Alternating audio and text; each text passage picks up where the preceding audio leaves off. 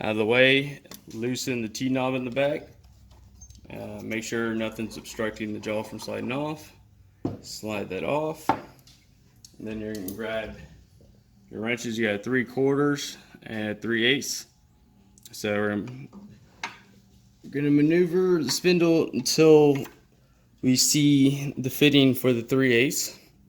And remember, we have a righty loosey, so reverse thread locking nut. So we're going to turn it to the right to loosen it, not to get confused with the regular threaded nut.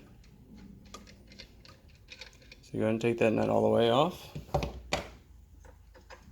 And this should just kind of come off. If you have a hard time getting the cutter wheel to come off, just kind of finagle the spindle until it slides off. You don't really want to pull it at an angle.